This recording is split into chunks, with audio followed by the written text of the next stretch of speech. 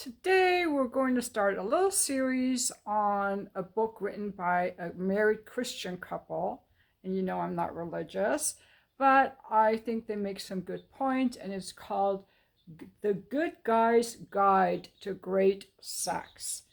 They have been married over 20 years. Sheila, Ray Gregoire, and Dr. Keith Gregoire, a pediatrician, been married for a long time, and now they really just focus on helping couples enjoy a better sex life because they in their early years really struggled to enjoy each other sexually, which we will get into later in the book. She also is on a lot of YouTube channels and interviews, so feel free to check her out. That's how I actually came across the book. Now, there is also a book written for women. And again, they write this for Christian couples who are using sex in a way to fulfill a lot of what's in the Bible. So I may skip over some of that, but they do make a lot of really good points to help men be better in bed because, well, that's definitely helpful. But the book written for women has more to do with women learning to let go and enjoy their bodies and enjoy their sexuality, because so many women, especially Christian women, were raised that their body is solely to be used by a man for his pleasure, that it's her duty to give him sex, and these women then start to see sex as an obligation, as a duty, and so they no longer feel any autonomy in their bodies because they're told it's not for you, it's for him. And this obligation sex and duty sex actually leads women to have a very high rate of what's called vaginismus, which is a really tightening of the vagina, so tight that intercourse becomes impossible. And I guess I'll get into this now because she says that when she and her husband were dating, they were so turned on. She couldn't wait to have sex with him. She was fantasizing about him every night. So turned on. And then when they actually had sex, something switched off in her to where she did have the vaginismus and they were unable to have intercourse. So what actually happened is that 2 months before they got married, she was given one of the best-selling Christian books at the time called The Act of Marriage by Tim and Beverly LaHaye. So that was 30 years ago. And she remembers as she was reading it that her whole body stiffened and grew cold. And she was so angry with the book that she threw it into the bathtub and let it drown in water. But the feeling that this book gave her was that I don't have a choice anymore. He can use my body anytime he wants. Now, she was a woman who was looking forward to sex, counting down the days until their wedding night to when she could finally make love to her husband. And she was very graphically thinking about it. But that book turned a switch in her. This is how powerful these messages are. It's not that she was raised to think sex was bad. It was this one Christian book 2 months before her wedding. And that book, The Act of Marriage, made her feel like she had no right to say no. And when a woman feels like she doesn't have a right to say no, she can't find her desire to say yes.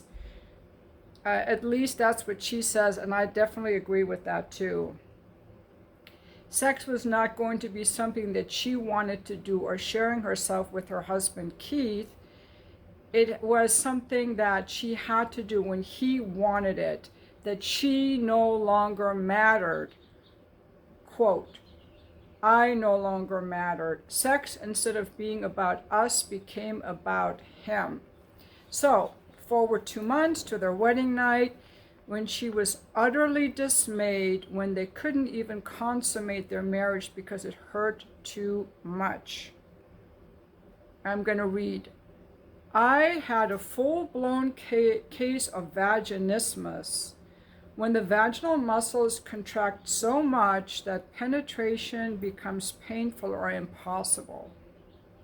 Now, about a year or so ago, she was involved in a huge survey I think they serve at like 20 or 30,000 couples.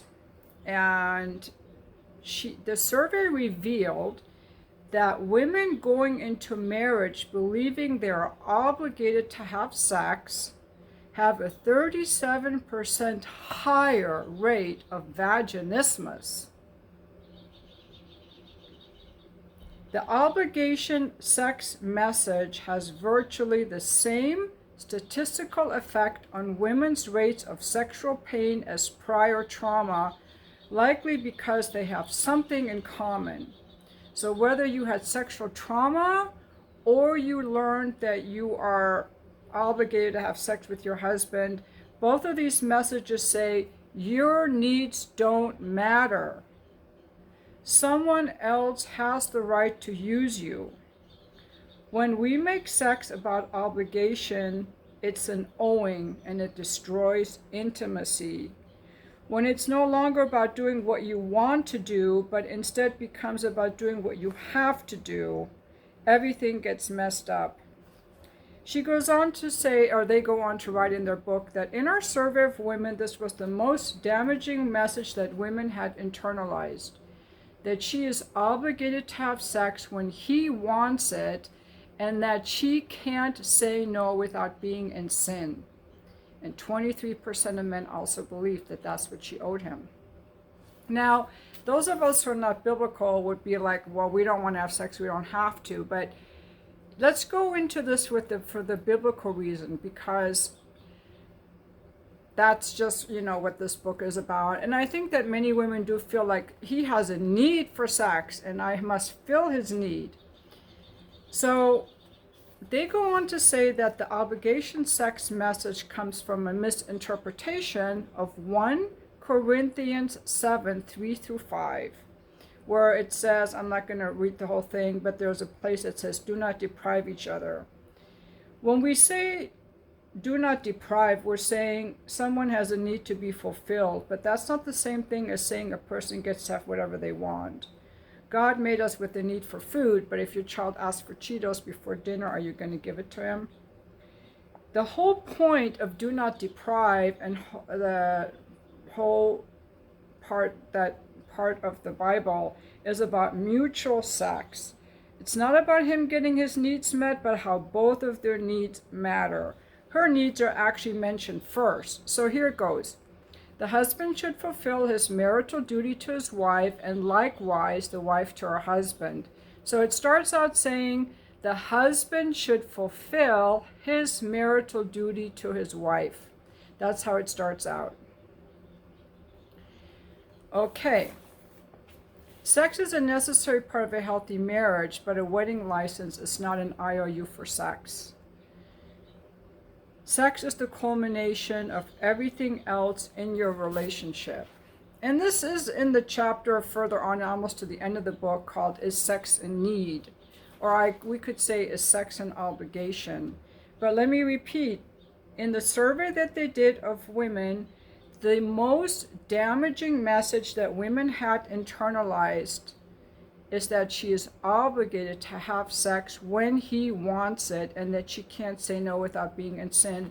And for 35% of women, this message results in vaginismus. They're frozen. Their vaginas are tightened up because they lost the autonomy.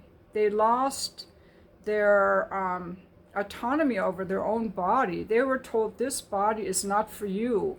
This body is a receptacle for him whenever he wants it. And that's how easy it is to shut down a woman's pleasure, a woman's vagina, a woman's arousal, by telling her her needs don't matter, her feelings don't matter, and she's just a receptacle for you. It's stealing her autonomy. It's very, very harmful. There's no woman that's going to get turned on when she knows that her body is something that she owes to her husband.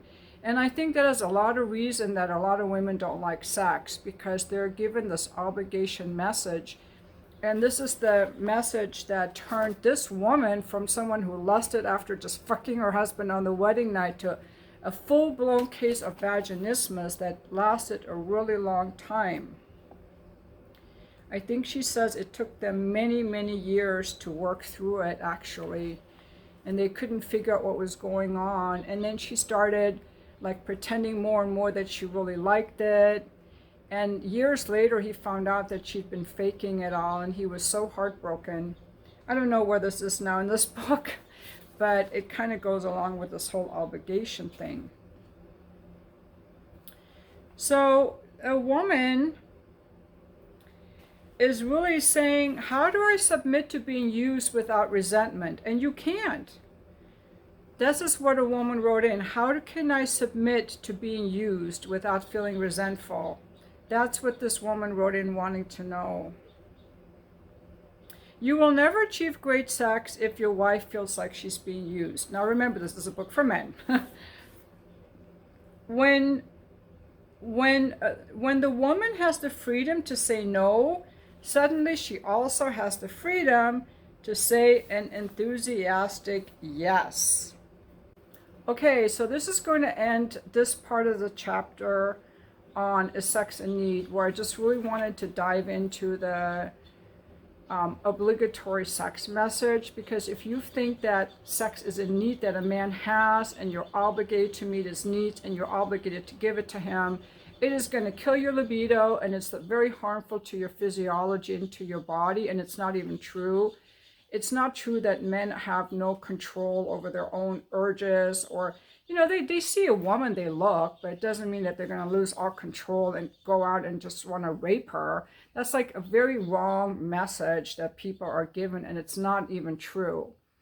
And other men have told me, yeah, I see a woman, I look, but then I just go right back to eating or working out or whatever I'm doing. So this whole thing of, oh yeah, you dress this way and now you're going to incite this lust in him that he cannot control himself. It's not true. It's that's a lie. Now there are men who may find it distracting, but that's their deal. It's like nobody owes another person sex. So this obligation sex message is not true. You don't owe anyone sex. You're not obligated to have anyone sex. Sex is like a sharing. It's something that you gotta want it. And the rest of this book, we're going to go into what are the things that will make a woman want it more. But there are going to be times when she doesn't want it. And there will also be times when he doesn't want it. Sex is a sharing. It's not something that's owed, that you can take, because other people are not objects. And guys who think that a woman owes them sex should get a pussy pocket or go gay. Because with the pussy pocket, you can just fuck the pussy pocket the way that you want to use a woman as an object. See, if a man doesn't let you say no, then he sees you as an object. And if he wants an object, he should get an actual object, like a pussy pocket or a fuck doll. Or he can go gay, because there are so many men that'll just give him their bare ass. And he can fuck that ass. Because a lot of men are going to say yes to anything else, So, but otherwise, just be a normal guy. And a normal guy, this is another thing I want to say, because I was an escort for 10 years. Actually, I'm writing a book about it right now. But a healthy man doesn't want to have sex with the one who's just laying there, unless it's like some kind of a kink thing he's doing once in a while with his wife. He wants a woman who wants it, who enjoys it, who's into it. And when you're just giving him duty sex or pity sex or obligation sex, the only man who will take that is a guy who's got some marbles loose up here, some kind of sickness or illness or something wrong with him. Like a normal man isn't going to want to do that. So it's a very harmful message. It's not said so in the Bible. And the kind of men that will do that anyway are kind of like rapists or predators, frankly. So again, this is the book. I will be making more videos on this very shortly. And thank you so much for watching my video.